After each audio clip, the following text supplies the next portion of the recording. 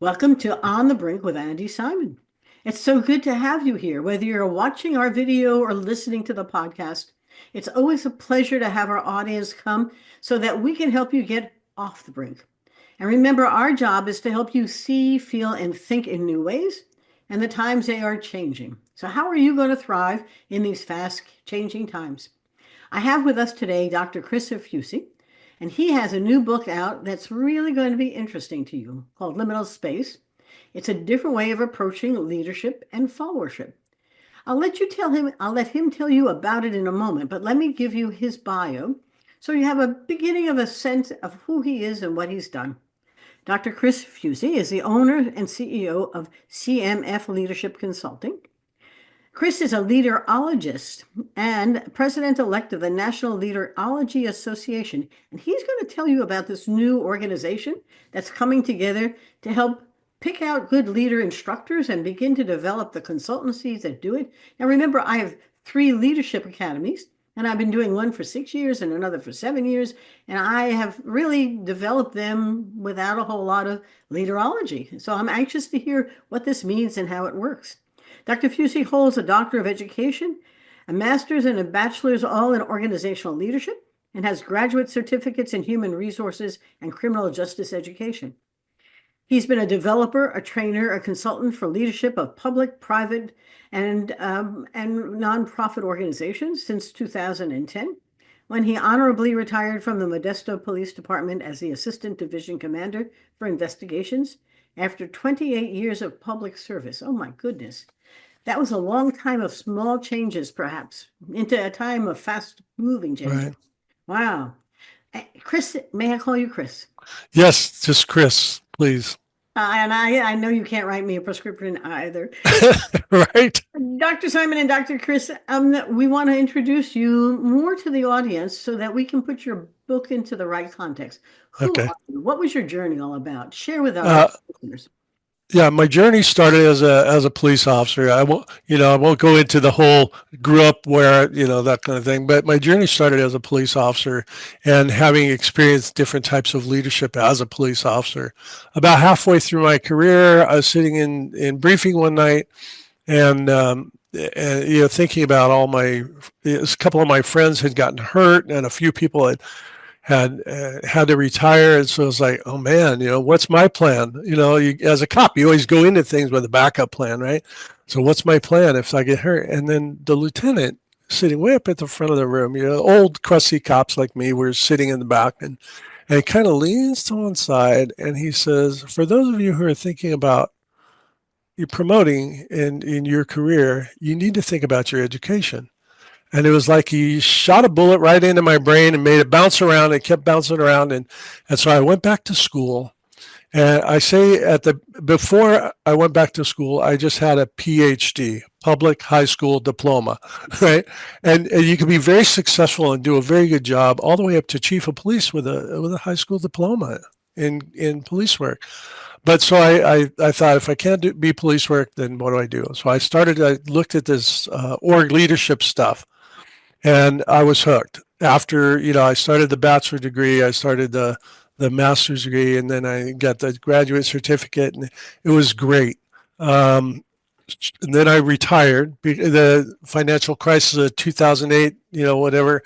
They said, hey, we're going to send some of you people who are at the top of the food chain. We're going to send you on your way and give you a golden handshake. Thank you very much. And so now I was out on my own. I went to work one morning. I was in charge of homicide and gangs and the street level drug unit. When I left that day, I was unemployed, 50 years old, and what am I going to do now? So I started in organizational consulting. I started teaching organizational stuff, and leadership and followership. And I've been teaching leadership and followership through the International Association of Chiefs of Police. And then I just continued with that. And then once I retired, I stopped doing it for IACP and started doing it on my own. And kind of that's where this came from. So went and finished the doctorate program and just kept going. And here I am. So yeah, that's kind of the background of this. That's how I got to where I'm at. I have a hunch when you were in the police force, did you think of yourself as a leader? I mean, it's sort of always interesting how we perceive ourselves. A follower, a leader, what kind of role did you feel you had? So this is the interesting part is that I would think of myself as a follower, as a patrol officer. I thought of myself as a follower, even though as a training officer, I knew I was leading other people, and then as a sergeant, I still felt as now as a positional leader, I felt okay. Now I'm a leader, but I still felt very much in the followership role. And then even as a lieutenant, now I'm even more of a leader, but I still felt I'm in the followership role, and it didn't dawn on me till probably about 3 or 4 years ago that all of those times I was actually doing both, and you're doing both. You're in that liminal space, and that's where this liminal idea came from. This liminal space idea came from is that you're doing both leading and following. But in the police world, you're more. I like to say you're more of a follower than a leader, because we follow the law, we follow the direction, we follow policy, we follow all that kind of stuff. So you feel like you're in this follower role, and that there's always somebody above you. Yes. But then I can point to instances where I was the on-scene commander, and one of them is a very tragic incident where we had somebody try to, well, they didn't try, they did, they murdered one of the officers, and it was kind of an ambush situation. But I got thrust into the command, position, and that's actually in the book. And I got put in this position, and that transfer happened quickly, right? Yeah. And so, and then I knew that I was in charge. And even the county sheriff came in and he was trying to tell me what to do. And I basically said, unless you're going to take over my scene, I'm in charge. I'm a sergeant. And I'm telling the sheriff, this is what, no, that it doesn't make sense to me. But it dawned on me later that that's what leadership is. It's not so much the position, it's the behavior. And that's why the book is called Liminal Space, Reshaping Leadership and Followership, because we talk about the behaviors that come from that also. Well, I mean, this is really quite fascinating. I want you to talk about the perspective you have. It's an interesting book, and we'll talk about the what, the how, and the why.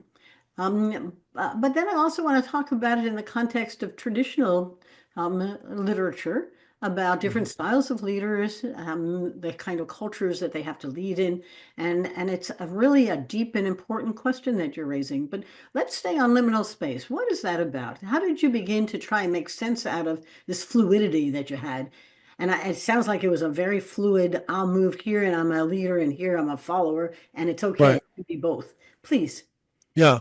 So even like right now, I work at a district attorney's office, and I'm the business manager at the district attorney's office. I report directly to the DA. And so he says, this is the direction we're going to go. I have to follow that direction, Hmm. but then I have to turn around. And at the same time, I have to lead 164 other people in how we're going to make this happen, right? And so I'm following and leading at the same time. Liminality, as you know, as an anthropologist, that has to do with animals and changing their, and how they change and how they transition from one to the other, like a butterfly in the cocoon, right?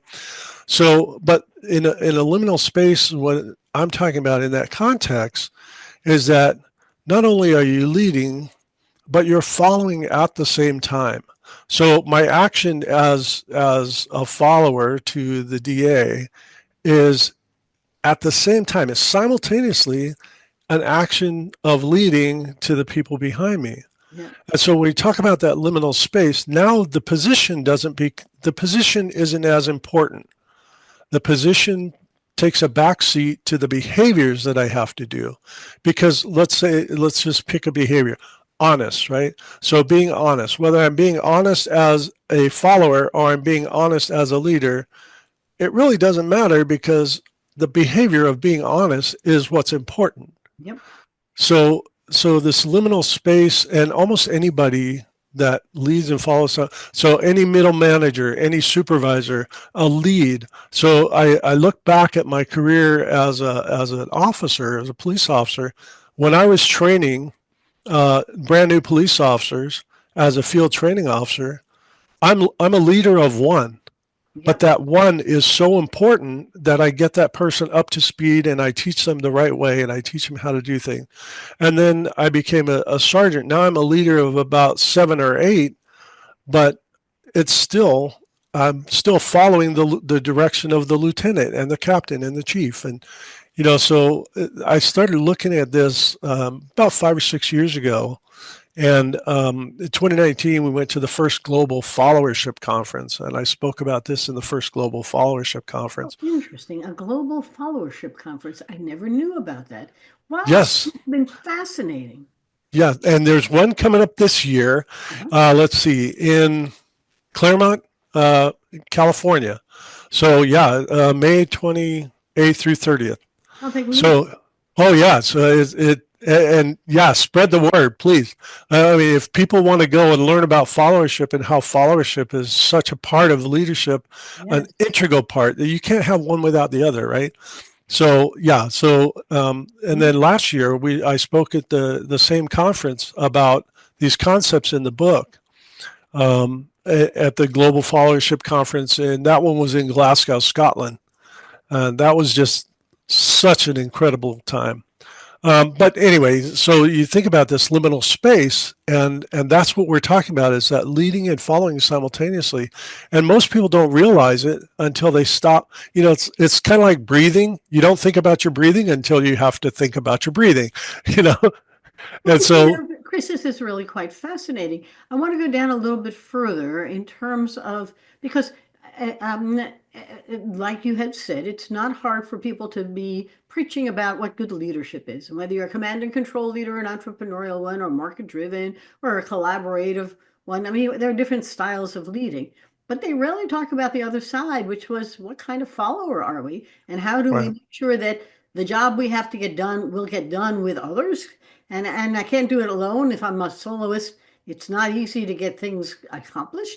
And even if they right. don't work for me, I've got to be able to lead others in some fashion. So, what did you put together in liminal space? So I put together liminal space because of that, because you have to be a good follower to be a good leader, right? And thinking about this leadership stuff and followership stuff, what happened was over the last 10 years, I say the last 10 years, but it was actually from like 2010 up until 2019. Every time I would do a training, I would ask people, okay, give me 2 traits of great leaders. So we, like a good consultant, you put all that stuff on the walls and write all over and everything. And so they would give me these traits of great leaders, 2 traits of great leaders from every person. Then I would say, okay, then later on in the day, we would talk about followership. And I would go back to that list and I'd say, now look at your list here. You said these are traits of great leaders. Yep, yep, yep. Are these also traits of great followers? Or traits or behaviors of great followers? And everybody agreed, yes, they are. So when you think about this liminal space, you're talking about great leaders, but you're also talking about exemplary followers. And then we would get into the discussion of the different follower types, alienated, conformists, that kind of stuff. All of Kelly's Yeah. follower type, followership type behaviors, and we go through that. And I'd say, and then at the end, I would say, look, to be a good follower, and then we would talk about leading up, and how you may have to step into a leadership role. Yep. And I would always use the thing about, well, what if you get hit by a train on the way? Well, and then we almost got hit by a train. and I don't say that anymore. No, Yeah, careful right. what you wish for. Right. So, yeah. So then is it, well, if something happens to you or your boss or, somebody else, you have to step into that role, or somebody else is going to have to step into your role. So now you're talking about succession planning.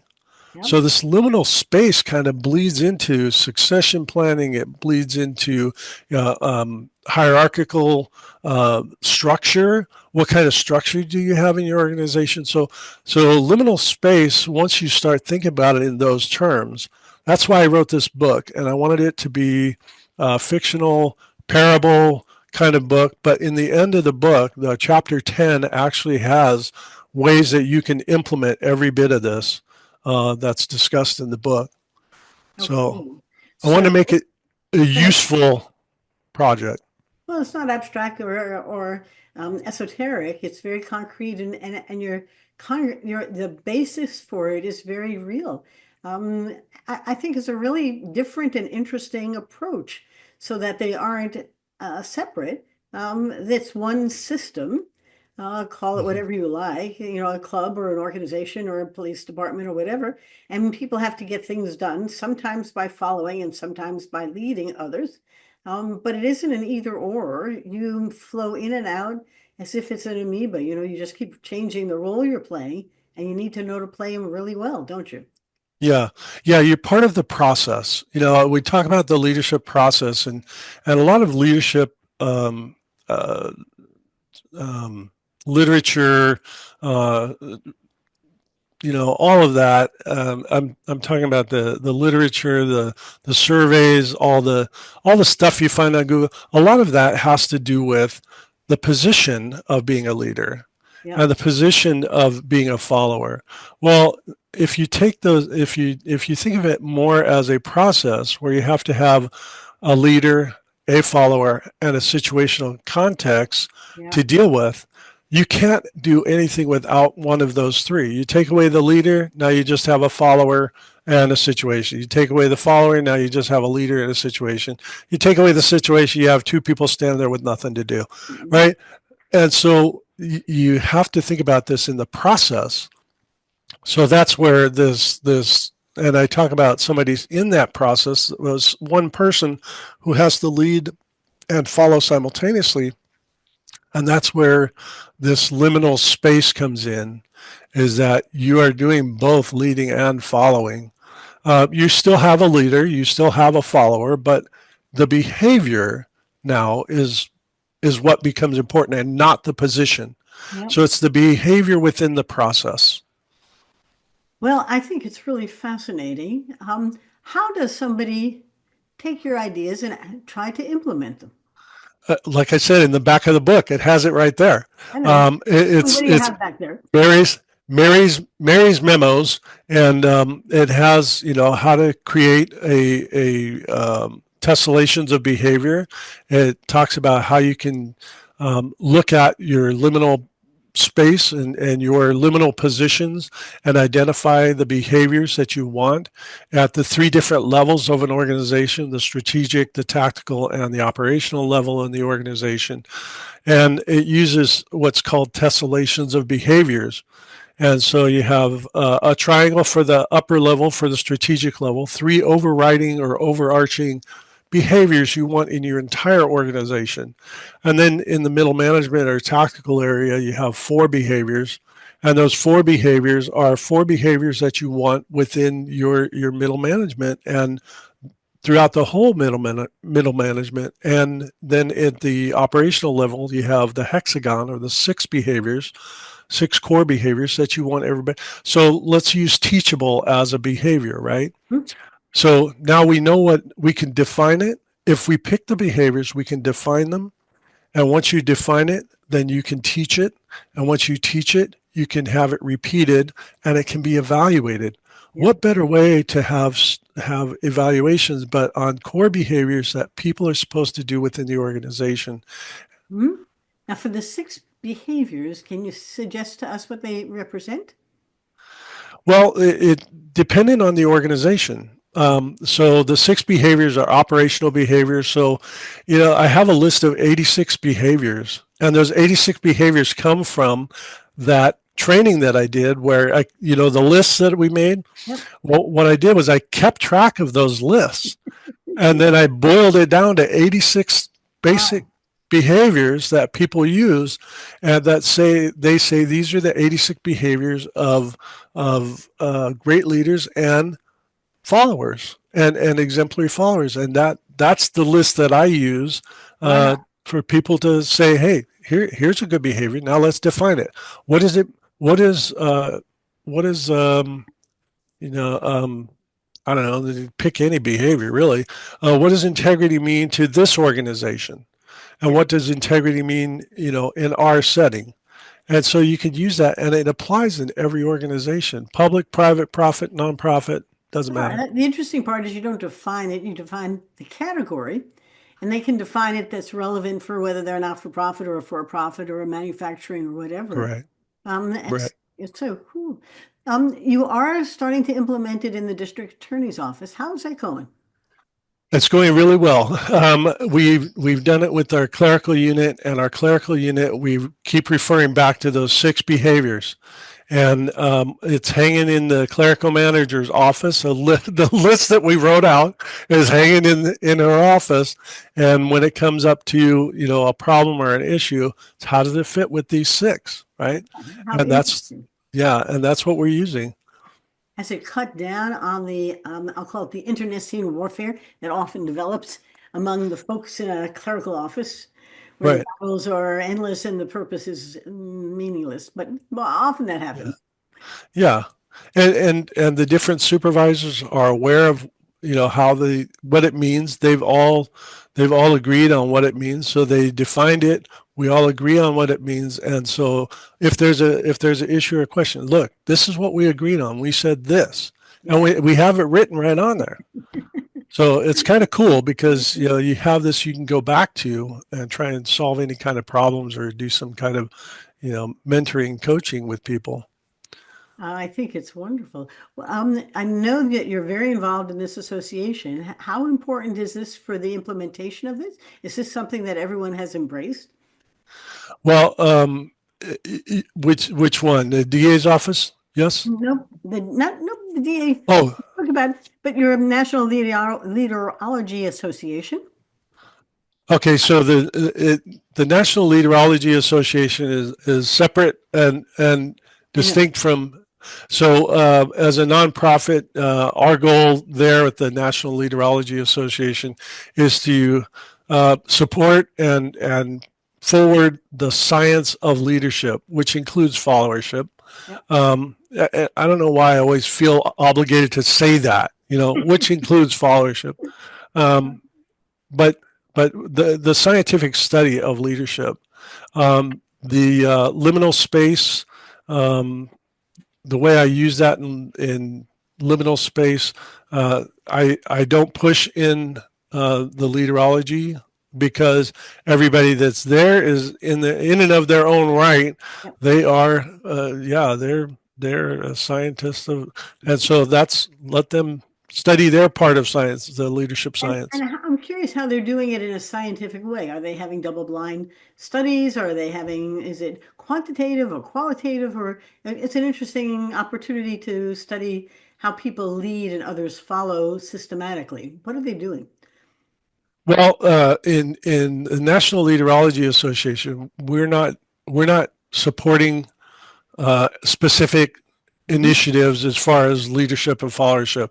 It's a brand new organization. Right now, we're just trying to recruit members who have already done their own studies, who have already done their own, have Uh-huh. gotten their degrees. We are starting a journal. The journal, it's National. Let's see, Journal of Applied Leaderology, and I forget what else it's called. Sorry, I couldn't get it off the top of my head, Yep. but it's a peer-reviewed journal that's going to be based for leadership and followership. Sounds terrific. Yeah, yeah, we're just starting, so I mean it's brand new, and it takes 20, 30 years to get some of these things off the ground. Well, but it is sort of a weird way of beginning to do this at a time of great change, because I Yes, have a hunch even the word leadership is going to be changing. And, right. I don't care whether it's the fourth industrial revolution, AI, machine learning, blockchain. Um, are these positions or are they simply styles that people follow? And who are the informal leaders and the formal leaders in a place that's going through change and with a fighting, everyone's opposing it. It's going to be an interesting time. It's very interesting. I appreciated the way in your introduction you talked about how leadership is evolving, and that's I tend to say that a lot.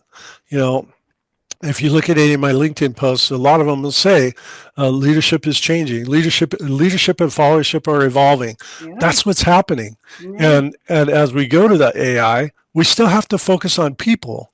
And people aren't going to. We're not going to evolve as fast as AI is going to evolve. Oh, So we're going to have to. You're going to have to use the fast brain for the AI stuff and the slow brain for the people stuff. I don't know how this is. It's going well, to be hopefully they'll interesting. get together. If not, you'll be doing one thing, I'll be writing one thing. But it is a very, very interesting time. So let's sort of begin to wrap up. If folks want my last three things, three important ideas you don't want them to forget. They often remember the ending. So help them remember two or three things that you think are important. So if you're in a leadership position, you're most likely also in a followership position. So that's the first thing, and those two things, the behaviors of those are more important than the position. Yeah. So that's the first thing. The other thing is that people make mistakes. People are fallible, and we're not machines, and so just to treat each other with a little bit of grace. Yes. Yeah. Yeah. Well, I, Judith Glaser's work on conversational intelligence and the Hmm. power of we for the brain. And I Yeah. often, what you're talking about really is the human approach where they're not soloists, whistleblowers, soloists, outsiders who don't do very well. If you want to survive, Yeah. you have to be part of something. We're herd animals. We live in groups. And Yep. however you think of it, somebody's going to have to tell us where we're going, and somebody has to agree or not agree and tell us somewhere else. But you've got dynamics going on that some will lead and will follow, and others we won't follow and wonder why we didn't want to follow. But it's a very interesting time for being wise about who I follow and how I lead, and that it's a conversation that is very we oriented, not I oriented. Yeah. That's pretty cool. Yeah. And even as we've evolved to this point, when you think about, well, you're an anthropologist. I mean, you think about how we've developed up until this point, Yeah. and we still hold on to the things that kept us safe when we were living out in the middle of, we still hold on to those things, and those fears are still as Absolutely. valid as if we have a tiger chasing us. So We all do have a tiger chasing us. You just don't know right, which right. tree they're hiding behind, but it's Yeah, true. And humans yeah, survive because we're able to respond. The question is, how can we do that now and do it in a right, way which is not alone? Because you don't want to be a survivor all by yourself. You want to be with someone right. else. And so it's going to be tough. If they want to reach you, where can they find you? Well, I have it. My website is www.cmfleadership.com. And then I also have another one for score performance counseling, but you can find that on the CMF site. You can email me at Chris at cmfleadership.com. So you just have to remember my name and where I work. And then, yeah, and then I'm on LinkedIn and Facebook and um, Instagram and Good. X, I guess is what it's called now. So Uh, Twitter, X. So you're all over the place. anywhere else is. Yeah. Well, it's been a pleasure. Your book is available at Amazon? Yes. Amazon.com. All three books are available. You Yep. have three books. Three books. Yes. Tell us Yeah. quickly about the other two before we leave, just so people Uh, know about. they're all behavior-based books. The first one is it's called Because Why: Understanding Behavior and Exigencies. This has a lot to do with my experience in the police world and and handling critical incidents. You need to understand why people are doing what they're doing, and so that's important. And that's what that book is about, the human factors of understanding that. The second book is Score Performance Counseling, Supportive, Clear, Organized, Redirecting Effort. And this was a direct creation from the Office of Personnel Management. Puts together a report every year, and in that report every year it says X amount of employees who are poor performers are not being dealt with by their supervisors. And so I took that data and put it into a book about how you can make performance counseling much better with people and make that performance counseling supportive, clear, organized, redirecting effort. So that's what that book is about. Chris, it's been really interesting. A wonderful time. I'll keep it in mind as I start my Leadership Academy this Thursday. We do it remotely 2 months, and we're together for 1 month. And so we'll be back together in April. And I think April is when we talk about followers. So I've got a Oh, nice, that'd be great. it'll be great. I'll let you know how it Yeah, goes. And I'll get a copy of your book and begin to read through it and encourage my folks to do the same. What a cool guy. I'm so glad we met. It's been a it's pleasure. nice meeting you. Nice to Thank meet you you. very much for having me here. Oh, it's been great. For my listeners and my viewers, I can only thank you for coming. Send me your emails as you always do at info@simonassociates.net. My books are all on Amazon, and like Chris's, they're all bestsellers and they help you see, feel, and think in new ways. And the two books about women in business, Rethink Smashing the Myths of Women in Business and Women Mean Business, have opened up a whole opportunity for us to share the changes that women are making as they lead without limits and are changing how women are in the workforce. And I think it's a really wonderful time. I'm going to say thank you. Remember, turn your observations into innovations and send along your great ideas. It's great to share them. And bye bye now and take care. Bye. Goodbye, Chris. Goodbye, Dr. Frizzy. Bye bye now. Bye.